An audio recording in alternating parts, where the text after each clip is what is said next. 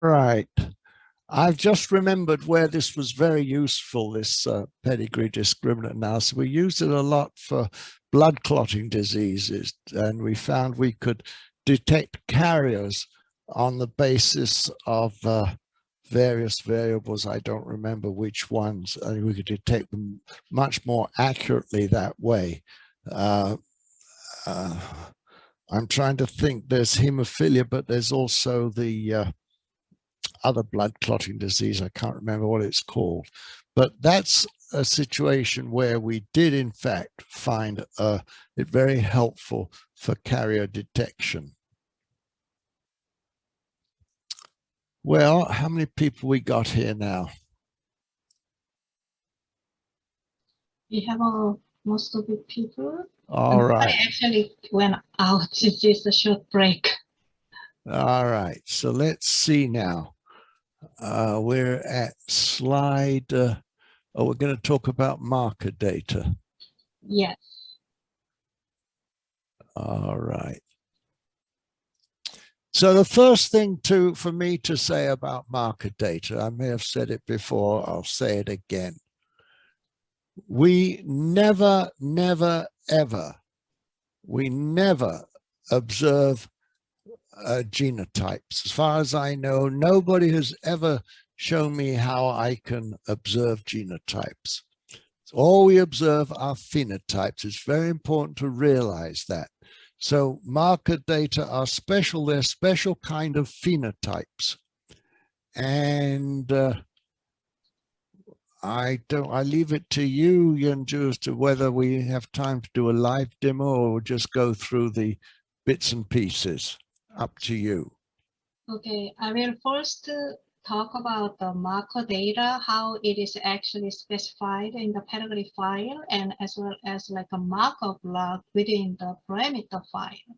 Okay, before we actually go to actually use it in the following two programs today, like in FREQ and MARKERINFO. The marker data, it specifies how the marker data in the pedigree data file are to be read. Okay, so in pedigree block, we include marker name. Okay, if it's the one column format, which Dr. Elson was talking about previously, or the allele names if two the column formats are used. So with like a one marker will have like a two columns, mostly like a marker 1, allele 1, marker 1, allele 2. So I will show you the example shortly. Okay, and then pedigree block has those names there, and then there is like a marker block, separate block in the parameter file that actually does include like a allele delimiters if in case like a one column format is used. Okay, and also you can specify the allele missing code, and also you can specify some allele frequency adjustment information. Okay, this is just the optional ones. Okay, so like for example, in this case, you see the pedigree block. Let's say there are like a couple of other options, like the different missing the trade options and all those. And when you have like a marker that's starting with this name, ending with this some other synonym name there, you can have as many as marker statement right there within pedigree block. Okay, and then there is a separate block that's called marker block. Okay, and in here you specify your allele delimiter is the slash, and then allele missing is the dot. If we have a different allele delimiters in your pedigree file, you can specify in here like a vertical bar or some like a dash, underscore. And then if you use some other than dot for the allele missing, then you can specify right there. So in this case, I want to show you one more thing in here. Let's say you have like a 5,000 different markers. Would you want to have like a 5 different marker statement in your pedigree file? No, actually, S.A.G.E actually does allow you to specify as instead of having each marker statement, you can actually just put this marker underscore. It's not showing right there. It's just cut marker underscore list. And then give the name of the first marker the column name in your pedigree file and ends with this column name, marker name. So in this way, you can actually specify just one statement with all the marker columns that you have in your pedigree file. Okay, let's see some examples like this one. This is the one column tab delimited file, and allele delimiter is like a dash. Okay, you see that. Oh, sorry, I was looking at the next one. This is the two column tab delimited file. So each column is tab delimited. Okay, and then no allele delimiter is necessary since you have like each.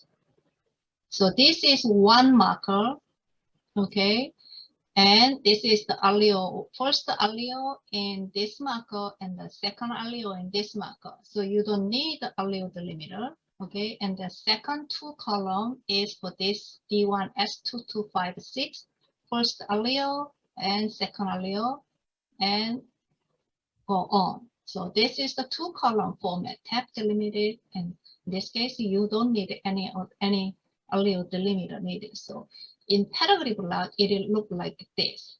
Okay, instead of like a marker equal, now you have allele equal and the name of your column for the first allele and the name of the second allele. But by giving the name of a marker in here, same name, okay, now you are saying these two allele columns are for the marker D1S3456 and so on. That's how you actually specify for the two column format.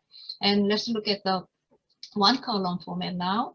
So this is the one column format, and then this this marker D1S3453, it's using dash, okay, as the allele delimiter. So as in here in marker block, you can see allele delimiter equals the dash, okay.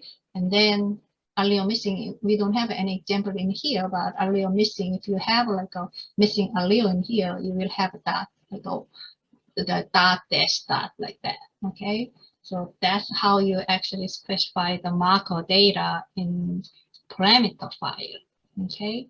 So now Dr. Elston will give you anything. I think Dr. Elston will explain about more about how you can actually estimate the allele frequency. What slides number is that? 117? We are doing 117 now. We are starting 117. Oh, all right, here is slide 117. Exploring the pedigree data. This is part 2. So what do we want? What do we want to know about genetic data? Well, there's various questions. If you want to know the marker properties, what are the allele frequencies of my markers? Are my markers in Hardy-Weinberg equilibrium, or at least do they have Hardy-Weinberg equilibrium proportions? There you will do the program, you'll use the program FREQ. Are there errors in my data? Missing markers, Mendelian inconsistencies, the trait distribution and transmission. You will use MARKERINFO. And as for relationships, maybe you've got some misspecified relationships, you will use REL test.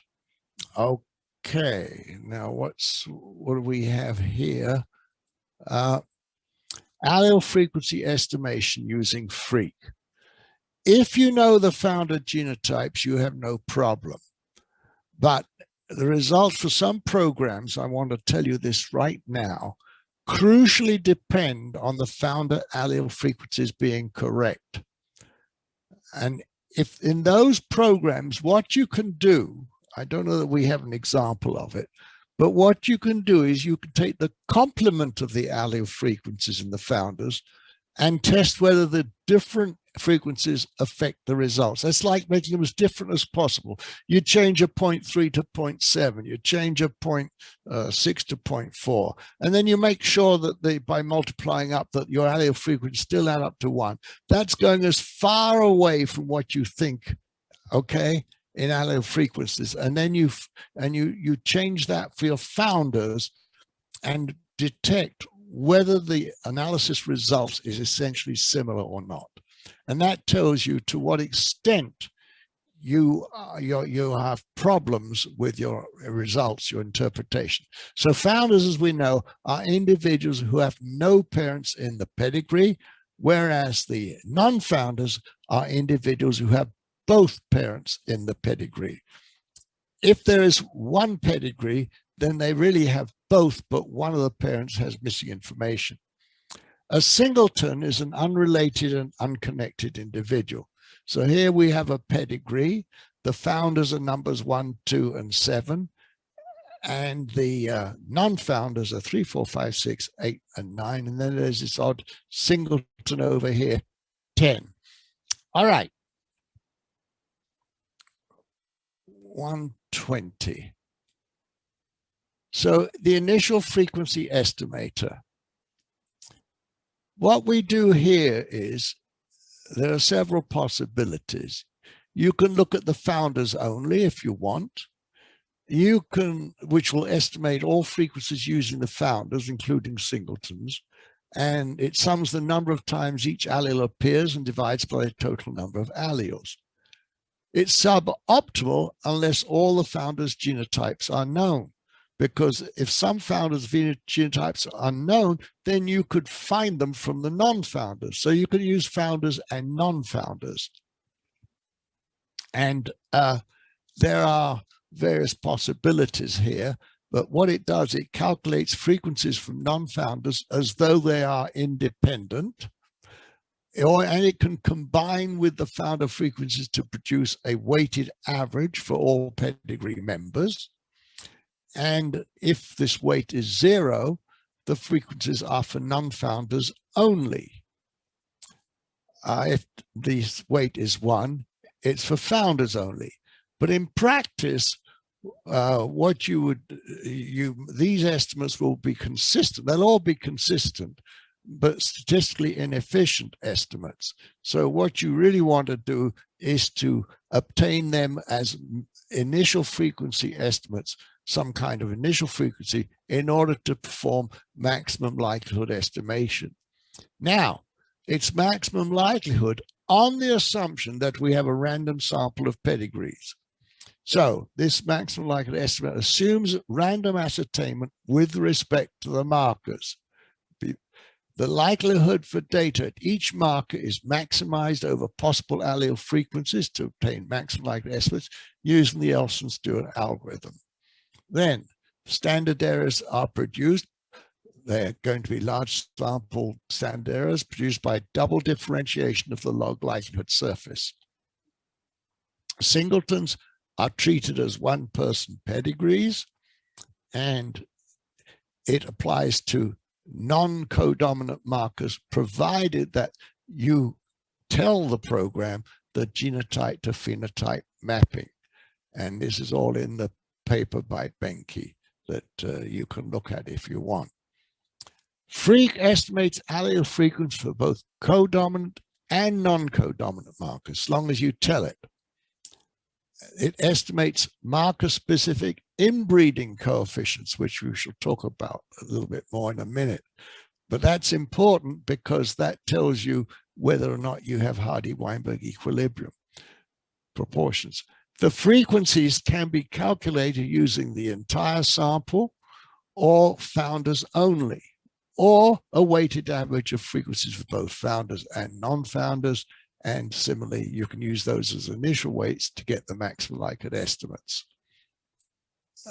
Okay.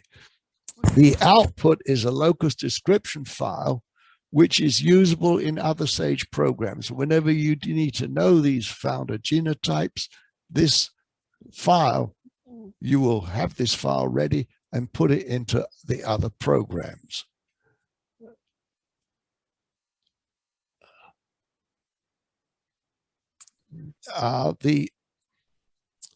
So the FREQ program estimates allele frequencies and the inbreeding coefficient from pedigree data. and prepares what we know as a locus description file. You put in pedigree data analysis options, and it comes out. First of all, look at it first, the .inf file, the analysis results, and locus description file, which you can use for other programs. Robert? Yeah? Can I ask a question? Sure, please do. Speak up, Joan. Oh, sorry. The weighted average of the founders and non-founders. Well, that's what. Yeah, that sounds really intriguing. And how do you think that compares to a full maximum likelihood estimation of the allele frequencies?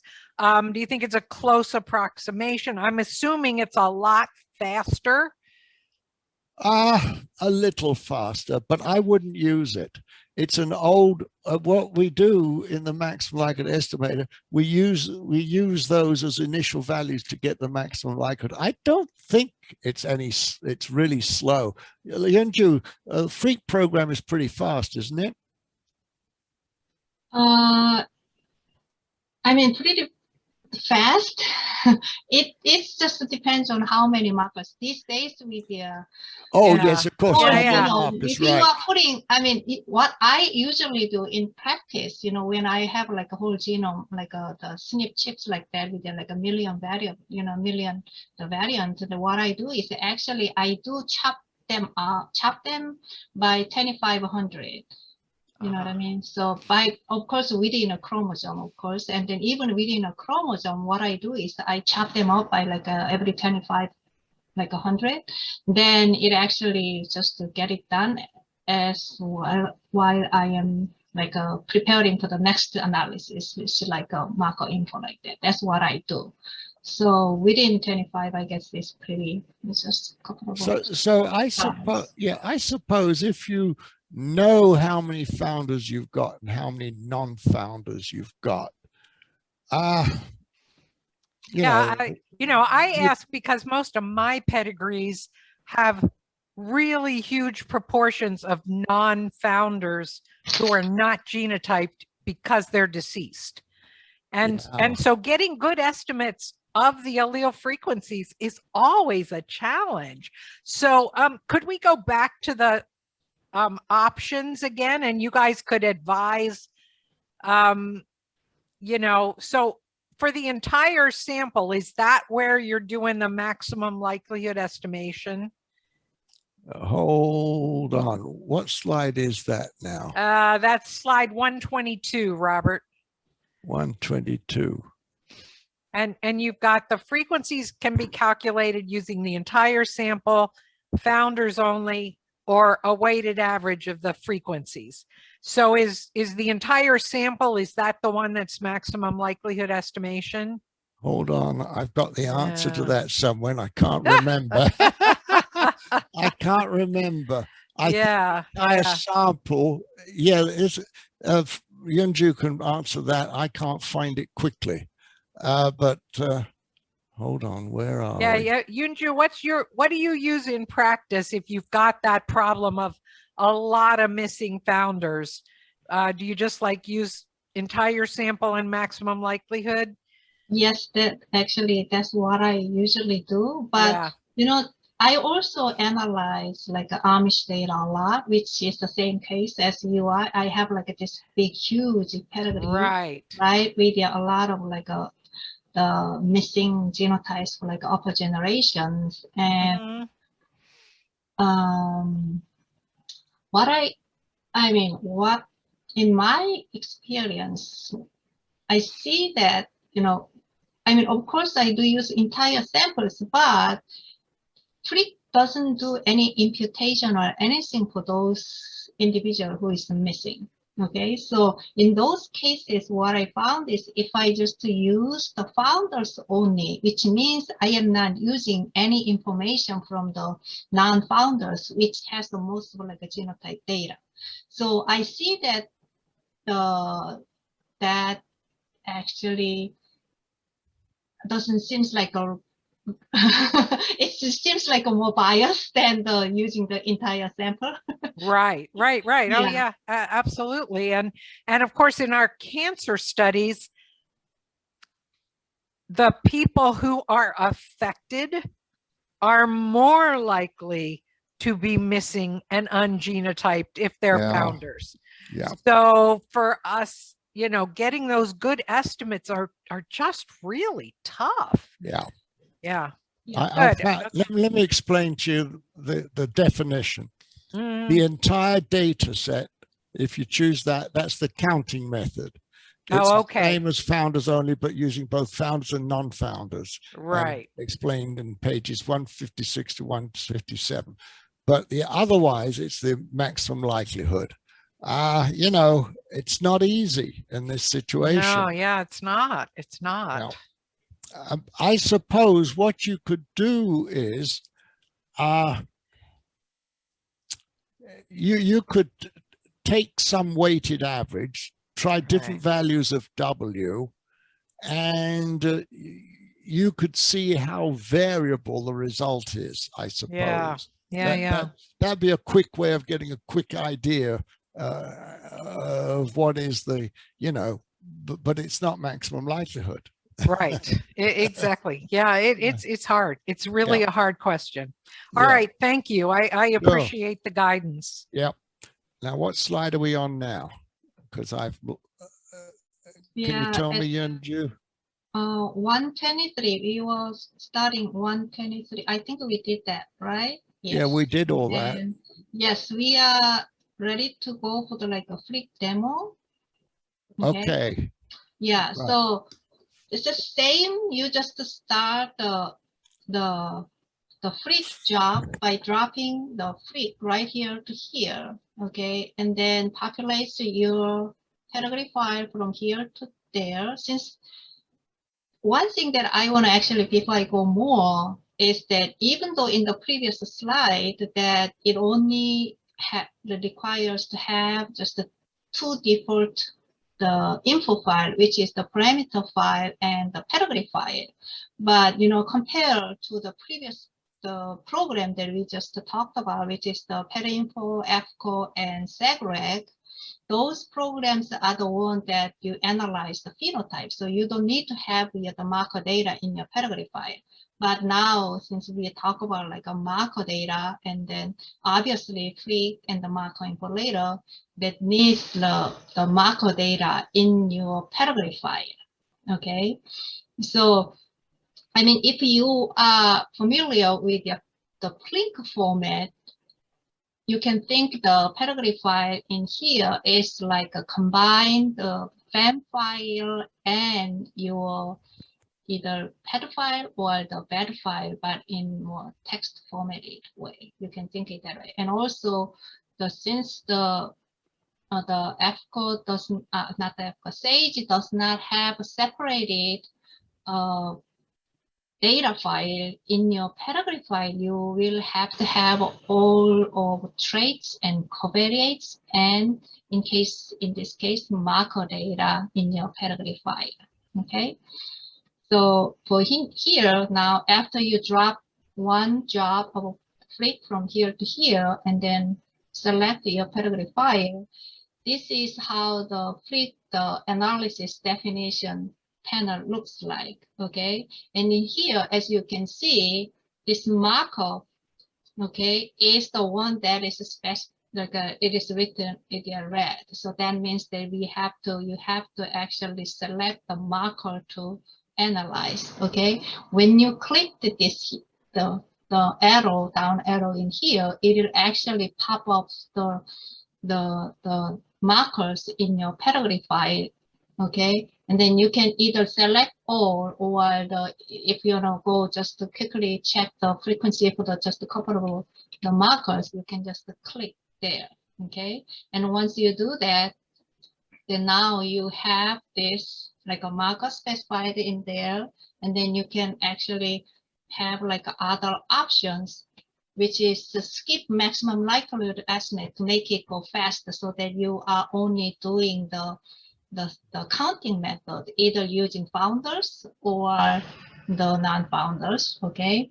So actually, you know, now this, I take it back. Actually, when you do that, founder and the non-founder counting method, it actually does give you the both of them, okay? So for the counting method, output file has both estimates. So using founders only and using entire samples. We can look at it later at the next slide. Okay, and then there is an option whether you want to estimate the inbreeding coefficient together in here. Okay, and then which bring us to the output file, which Dr. Gaston will explain it.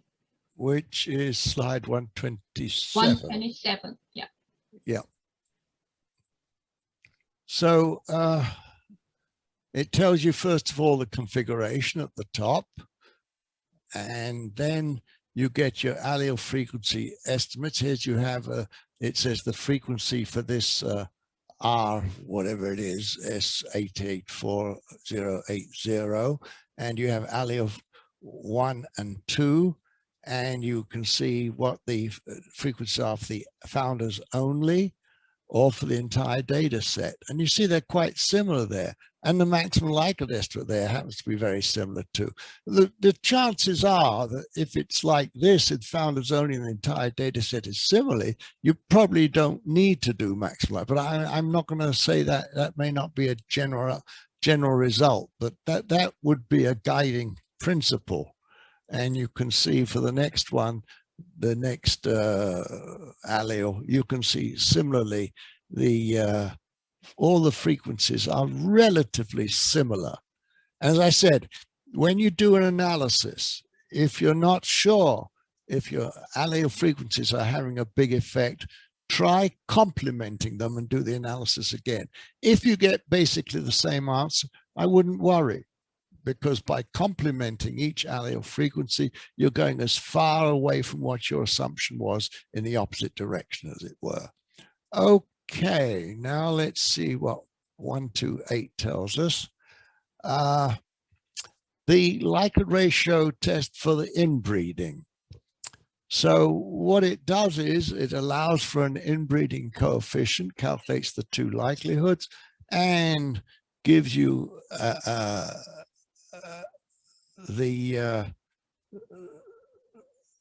let me see, 0.069 is the difference in likelihoods. I think twice the difference in the likelihoods for under the null hypothesis in the model, and the degrees of freedom of 1. And you can see there's basically no evidence here for inbreeding, p-value 0.7. Now, the locus description file. So on the left, we see we have microsatellites with a lot of different allele frequencies. And on the right, we see SNPs.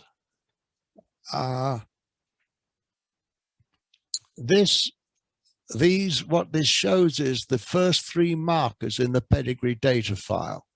You've got these first 3 markers with lots of different alleles. And on the right, you have an example for SNPs, and you have the allele, just 2 alleles and their allele frequencies. I don't think there's anything more to say about that one. Now, the marker locus description file is made up from these. Oh, yes, do note that the alleles are in the order in which they encountered, not the order they are in the file, numerical order. Just realize this, the program just encounters them and then lists them in that order, but they're still there. And remember, you have put in, when you put in the markers, you've really put in phenotypes and making assumptions. So the marker locus description file contains records for each observed marker locus that define allele frequencies and phenotype to genotype mappings. For example, now, a record must be included for each marker locus, but may appear in any order. Any marker locus listed in the parameter file and or the genome description file But if it's missing in the marker locus description file, if it's missing, then the marker locus description file is ignored. So you've got to have everything in the marker locus description file. What's not there is ignored. If when using a one-column format, either allele is missing, the phenotype of the individual we set to missing for that marker, because we really don't know it. And then if when using a two-column format, any one allele is missing, an error message will be generated. So you'll see that. And allele frequencies, if they don't sum up to 1 for a particular locus, they'll be forced to do so by multiplying up. This is done automatically. So when you complement them, they probably won't add up, but then it'll force them by multiplying up. Let me see. I want to go here. So look at this on the left. This says that one locus at locus A, 1 has an allele frequency of 0.6455, 2 has an allele frequency of 2.223, and the 3 allele has a allele frequency of 0.1325. Now, what we're saying here below it, it's saying that we have a simple correspondence between 1/1 and the genotype 1/1. Okay. In other words, every pheno set here is the same as basically you have complete penetrance, no sporadics. Everything is simple. All right. Now, when you're in that situation for this locus, instead of in the marker locus description file, instead of having to write everything on the left, you can just write what's on the right. Here you have the assumption there's no sporadic cases. Everything is very simple. There's a one-to-one correspondence between the phenotype in your data file and the genotype. That makes life very simple. So let's look at the next slide.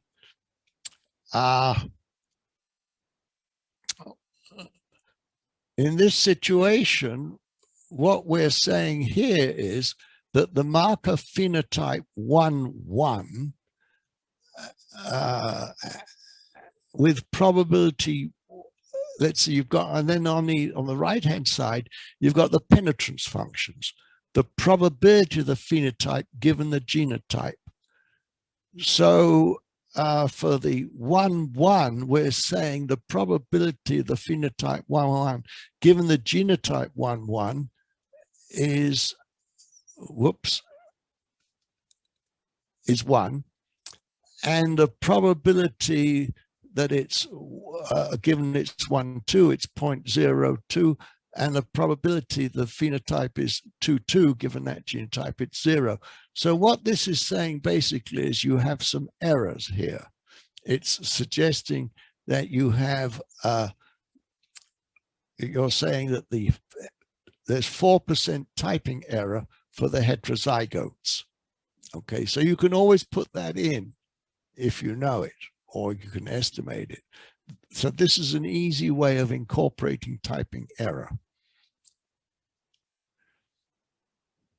Now, the alleles and phenotype names are arbitrary and need not be sequential. For example, we've got this locus with 4 phenotypes, okay, 1, 2, 3, 4.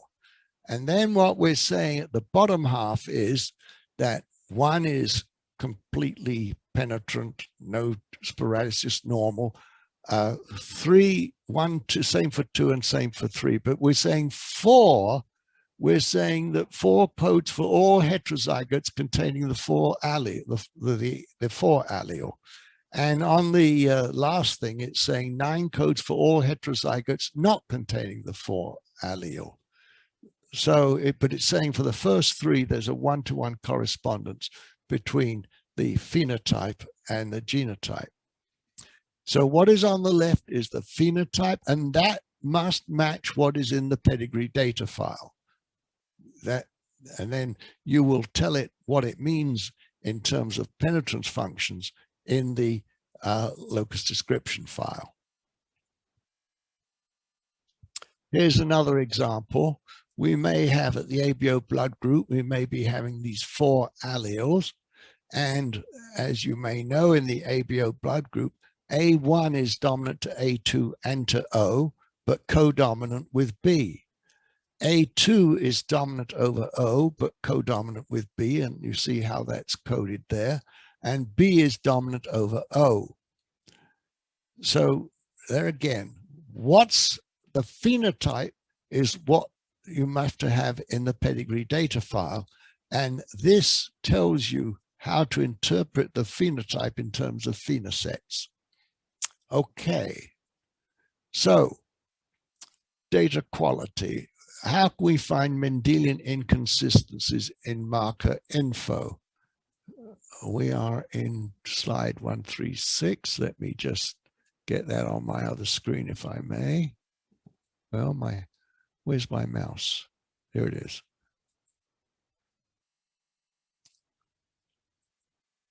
General terminology. Okay. The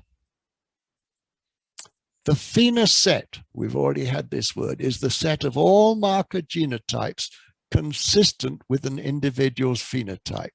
Very important concept. Valid transmission, any allele that is found in an offspring and is also present in the parent, that's a valid transmission. On the other hand, if it's not, then it's invalid. MARKERINFO uses the phenoset definitions in the marker locus description file to determine whether you have errors or not. Let's look at this family. And we're now going to talk about inconsistencies involving one nuclear family with one parent unknown. And we're talking about the ABO blood type. So we're saying individual 2, we don't know anything. So what are the phenosets? O, we know that is an OO. Individual 2 could be anything. I mean, it's just any of the possible genotypes. Individual 3, because A is dominant to O, is AA or AO, and individual 4 is AB, because they are codominant. So the alleles in the phenoset of individual 1 are not consistent with the phenoset of individual 4. And you can see that individual 1 or 4 must be incorrect. We don't know which one, but one of those must be incorrect. So there's an error there. You may have an inconsistency that involves one nuclear family when both parents are unknown. Look at this family. What are the phenosets? For individual 1, they're anything. For individual 2, they're anything. For individual 3, they are known to be AA. For individual 4, known to be BB. And for individual 5, the genotype is known to be CC. Well, there's something wrong here if you look at it, because what you see is that at least one child must be inconsistent with the parents. Now, you don't know which one, but all you, from these genotypes alone, but all you know, there is some mistake here. And MARKERINFO will detect mistakes of this form. Okay. Next, we're going to have, whoops, we're on slide 139. Give me a minute, please.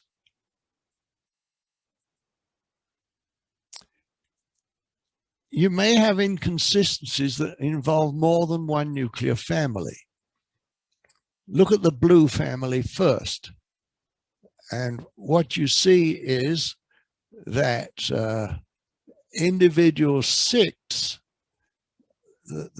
is consistent, the whole family is consistent, given individuals 1 and 2 have the phenoset AC and BD. Okay, that's fine. On the other hand, if you look at the on the basis of family 1, the genotype of individual 6 must belong to the phenoset AB, AD, BC, or BD. However, if we look at family 2, on the basis of that family, the phenotypes of individual 6 must belong to the set AC, and those two sets do not overlap. So we know there is an inconsistency. We don't know which nuclear family it occurs, but there is one there. And MARKERINFO will detect such inconsistencies. It detects inconsistencies in pedigree data. The inconsistencies involving only one or more than one connected nuclear family are identified. The inconsistencies are sorted by marker and by pedigree, and also whether one or more nuclear families is involved. Let me look at slide 140 on my other screen, if you'll give me a minute. Whoops, going the wrong way. 140. So the outputs are the family structure information, genotypes for involved individuals, and if desired, a unique identifier. And are you going to do a demonstration now, Yunju? So as before, you have to have pedigree data analysis options going in, and coming out is the .inf file and the analysis results file. Okay, take over, Yunju. Okay, now we'll go through the slide first, and then I think we have time for the live demo. So I will show the live demo for the MARKERINFO first, just a couple of slides. And you know, this is another way of actually showing how you can actually do the select the job. So previously we were just the grabbing the job icon in here and dropping it, but this is another way to actually you can specify what you want to do. Okay, if you click the analysis, there will be like a different like a categories of like analysis you can do, and then since we are doing the data quality, you go there, and then it will show whether you want to check the Mendelian consistency or relationship testing. Then it is, you know, since we are doing the Mendelian inconsistency, we want to click this MARKERINFO. Then it will actually bring you the same thing, same effect, just like, you know, dropping from here to MARKERINFO to here. Okay, and then you specify the data file. Okay, because your data file is missing right there. Okay, same thing. Then it will go to the analysis definition panel. And then in here, sample ID. So this is just the options that you can actually specify. So because in many some cases, when you have like an individual ID, which is not the same as your sample ID, you may have like a sample ID in your pedigree file as a like an extra string field, like a text field. Okay, then you can actually specify which column is the sample ID for that individual, and then to select the right there. Okay, then your output actually will have the individual ID, but also the sample ID, which actually makes it easier to go back to lab when you find some inconsistencies, so that you can actually check whether there has been some the handling of like a sample has been done something wrong with that sample handling or those kinds. So this is for this convenience. Okay, and then another like options are like including consistency family members in outputs. Okay, by default it will only show you the individual that may have been involved in the inconsistency. We don't know which one, but you know. And then another one is like you can actually is the one that I frequently use is this produce like a new data file. What it does is actually once you click yes, you know, it actually specifies the option to generate like a new pedigree file along with the corresponding new pedigree file from the MARKERINFO. What it does is that whenever there is an inconsistency in a family in the marker, that it actually does put missing for everybody in that family, okay, and then generates the new the S.A.G.E input file, okay. So before actually we go to the output, so let me go to the live demo to show you how you can actually do that, okay.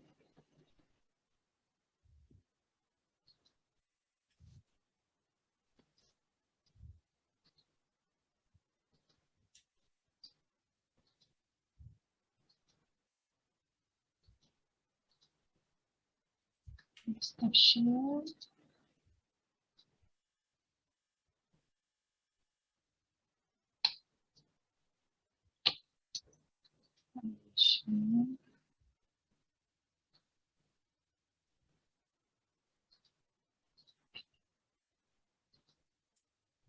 Okay, this is the where we left with the FCO.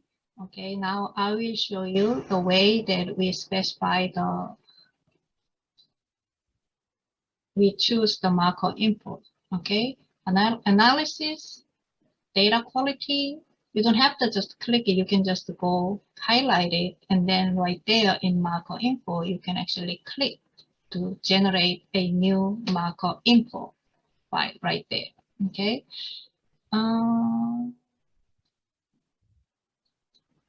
Okay, so this one actually doesn't have like a schizophrenia demo file. Because I was gonna actually show you the prostate, the example file. So let's make let's start a new project. Okay.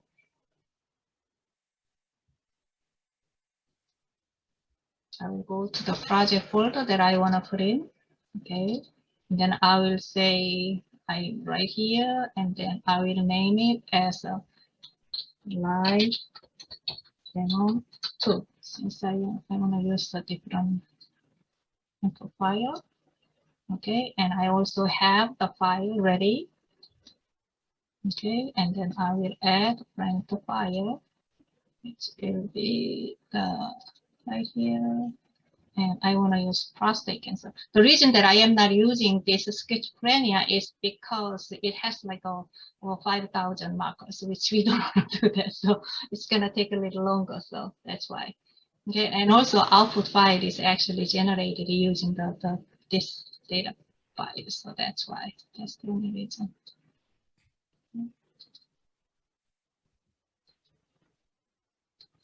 Yes. Okay. Now with this new project, okay, we have this too. Okay, now I will just grab the marker info and put it right there.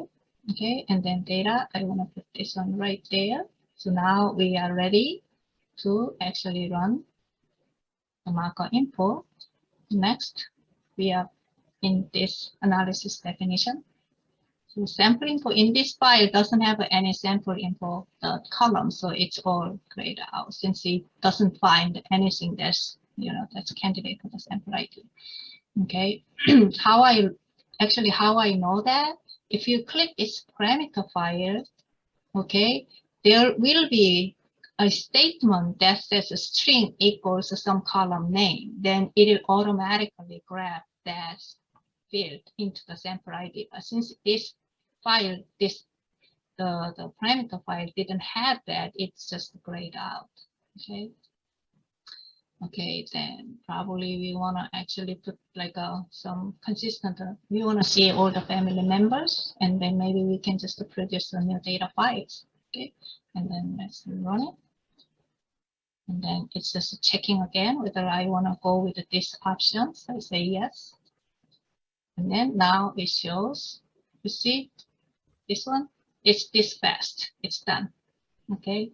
So the task shows it is finished, and then under there, I told you that there is like a console that shows the progress of it, and then it just went through every paragraph in the data file and just to check the Mendelian inconsistency. Okay, so you can just close out, and then now we can go to output files right there. Okay. So let's check the information file first. Just like before, it has the first 10 individual in the pedigree data file. And since this one has the marker data and the program that actually analyzed the marker data instead of like a phenotype the data that we just saw for the FCO and PedInfo demo. But this one, now we see the first 10 individual with the marker data in the pedigree file. Okay.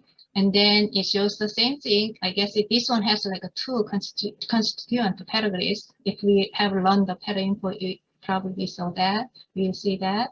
And then it also in the marker data, it automatically checks this whether all the pedigree members in some marker, whether they have some like a value, the variant data, marker data or not. If no marker data is found for that pedigree in that marker, it just gives you the, okay, there's no marker data available to actually check the Mendelian inconsistency or to run any analysis. That's what it is. It's not an error. It's just like it says W. It's just a warning, just letting you know how much of like a missing data there are. Okay, so that's what we have in the information file. And then let's look at the main output from the marker info. So this is the marker info that which we will talk about, but Dr. Ashton will give you a little more explain it right, later. What slide is that one? I will go right back to the slide. Okay. Well, I see a question has come up in chat. Oh. So let me just answer that. It's a general question. It's sort of interesting. It says, under what circumstances does the maximum likelihood fail to converge? And can I ignore the warning? Well, it's easy to answer the second bit. No, you cannot ignore the warning. If it hasn't converged, then you need to, the question is, if not, what should be done in the case of failure of maximum likelihood convergence? The only thing I can suggest is to try different initial values. Something's gone wrong, and there are so many different possibilities. I hate to give a general answer. But you might be at a saddle point. You remember, you're looking at this thing sometimes in multiple dimensions, and I gave you how the maximization is done earlier on. You go on and on until something happens, and if you haven't by that time got a maximum, then it fails to converge.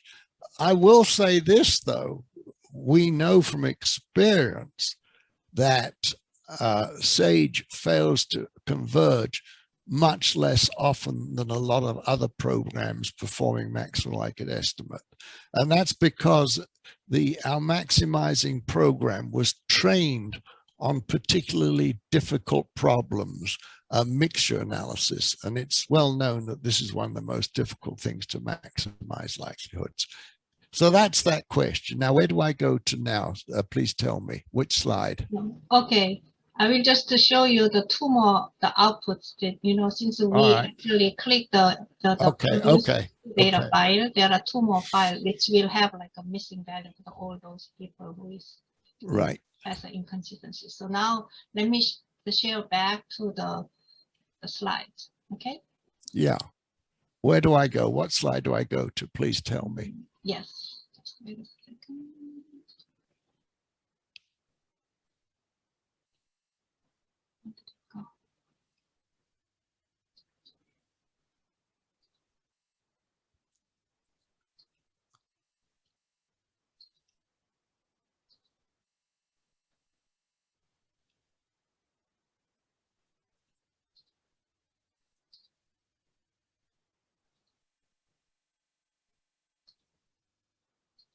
Okay, we are at slide 145.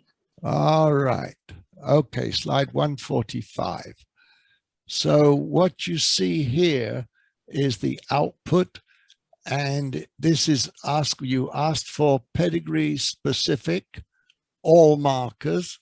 That's the top bit. And the bottom bit is the marker specific, all pedigrees. So you get it both ways. So in the top half, it's saying in pedigree 1172, you have inconsistency, you have one inconsistency. There's 30 markers in that data set. And pedigree 4155, there's one inconsistency, and there are 30 markers in that data set.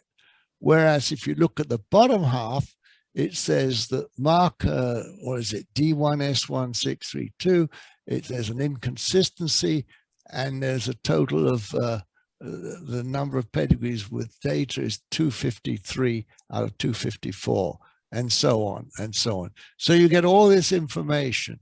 Now, I know maybe you want to know exactly how to fix it. There are programs that try and fix these things, but S.A.G.E doesn't. It just gives you the information.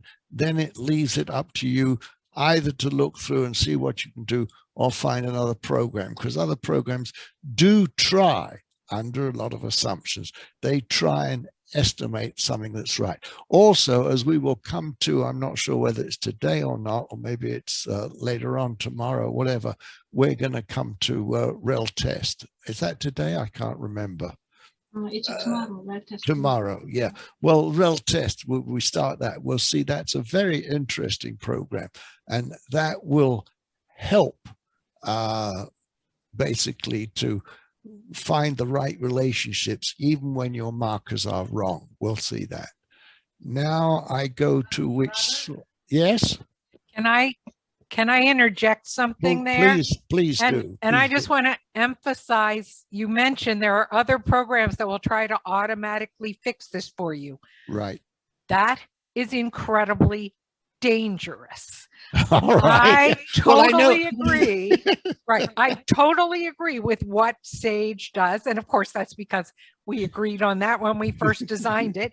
But I still, many years later, totally agree. Ching Li, who's on this course and asked you a question earlier, has been dealing with whole genome sequence data in a very large pedigree and was, allowing Merlin to automatically fix the errors. Automatic. And yeah.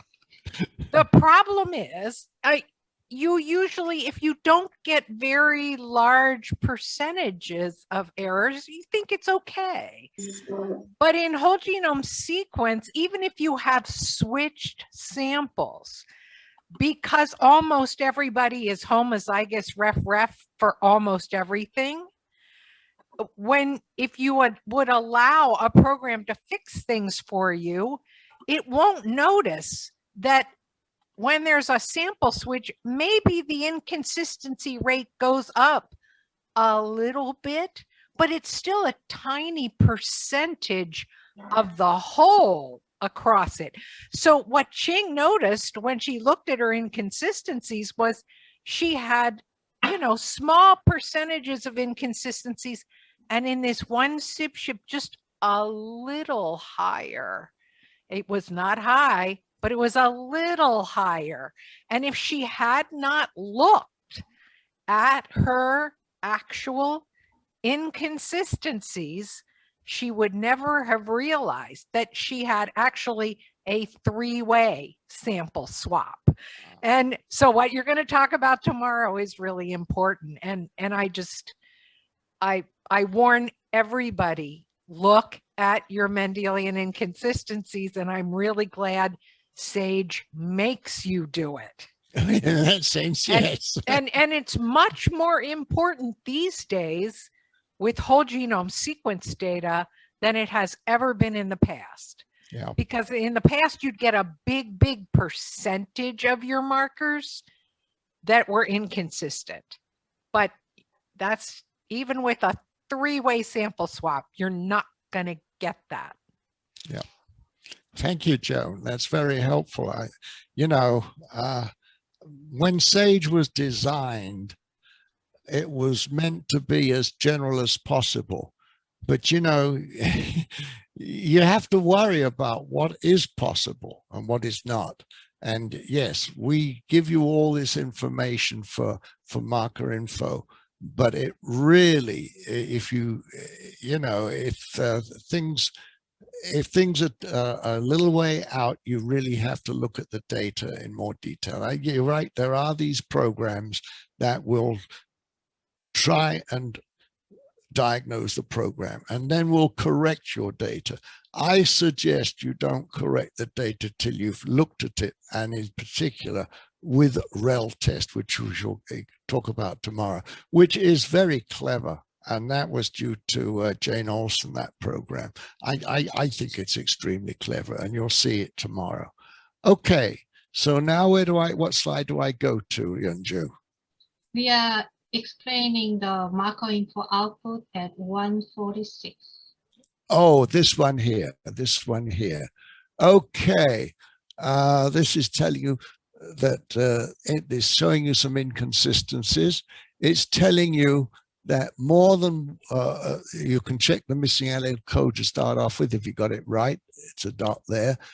More than one nuclear family must be examined to detect the inconsistency. And that makes it very difficult to try and correct.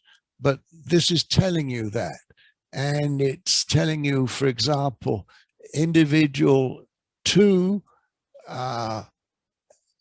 is a mother, individual 1 is a father. This is now pedigree specific. And it's telling you that there is inconsistencies in this particular pedigree. Whereas down the bottom, this is all in pedigree and marker specific inconsistencies. It's telling you both. You can see. As I say, what you do about it is worry. That's the best thing I can suggest, worry. And then try REL test, as we'll talk about tomorrow. Okay, that was slide 146, and 147 is, creating a genome file demonstration. So the genome file, what you have to know about it, do I do this next one, Yunju?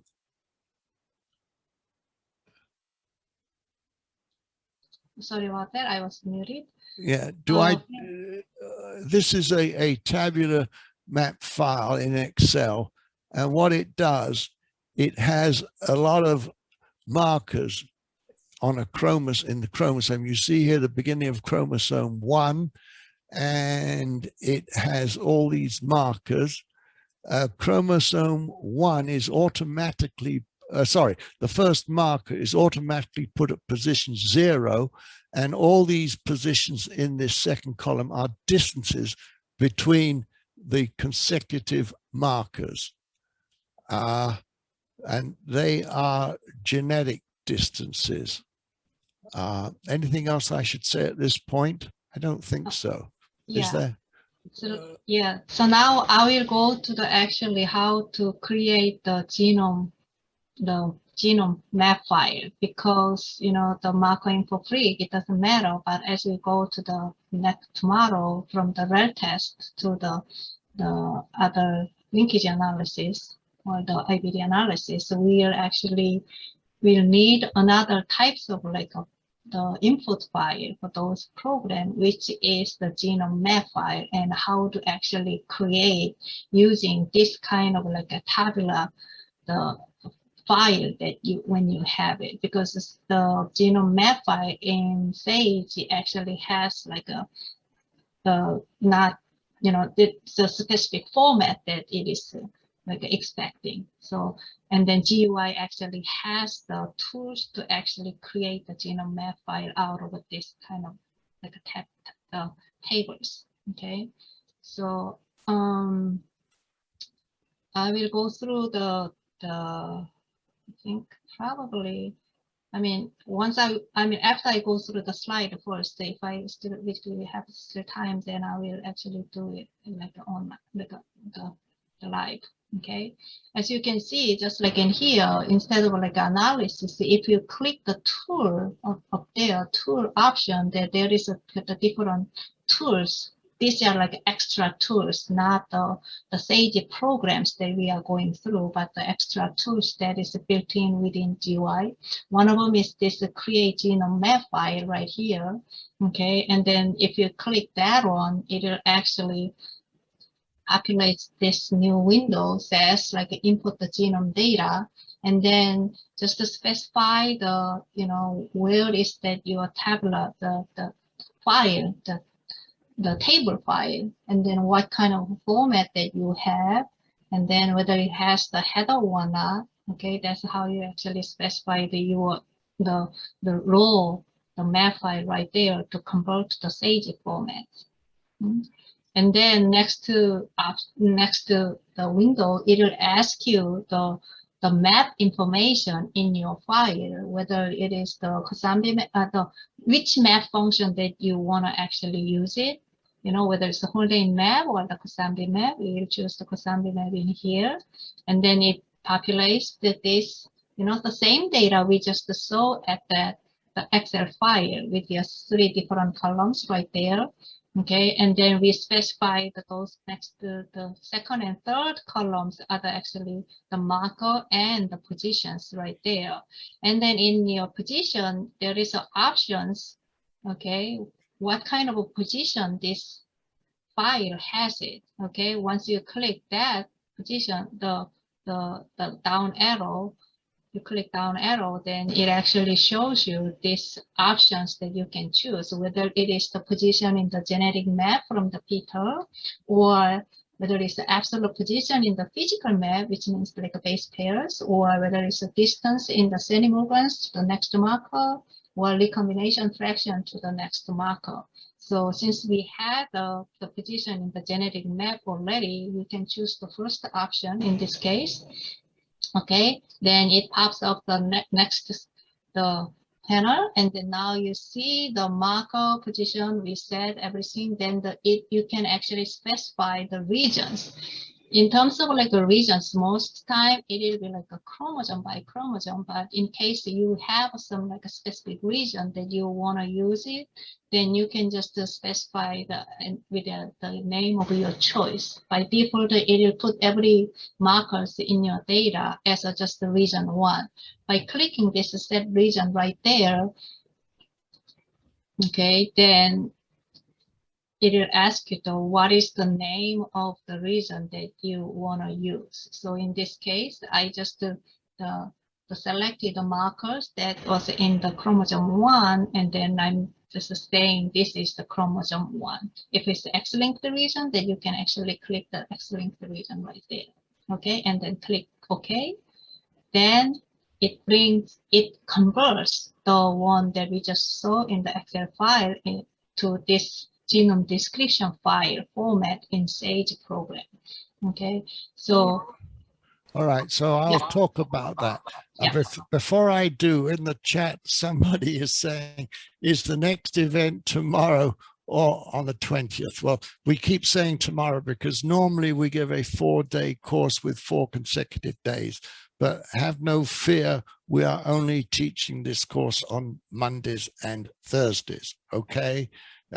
We say tomorrow, we mean the next day. We're just so used to talking about tomorrow. Okay, that clears that up. Now let's look at this genome description file and let's see what it says. It's saying that we have got we're using Illumina 4 and we're using the map function Kosambi. You will remember Kosambi is one that allows for a certain amount of interference. It's one that's often used. I mean, is there a best? Who knows? But this is probably as good as any. And we're looking at the region on chromosome 1, which we called it Illumina 4, okay? And the region is chromosome 1. That's the region name. And now we have first of all, we're at the P terminal right at the beginning. And then at every point that's coming out, you have a marker name and then you determine the distance, the genetic distance in centimorgans between those two markers. And it looks like we have a distance of 0.5, which is saying completely unlinked there. You see that. So you need this genome description file specifically for linkage analysis. I think, I can't think it's needed for anything other than linkage analysis. Oh, that's not true. What other file, is it used for anything else than linkage analysis? Can you think, Yunju?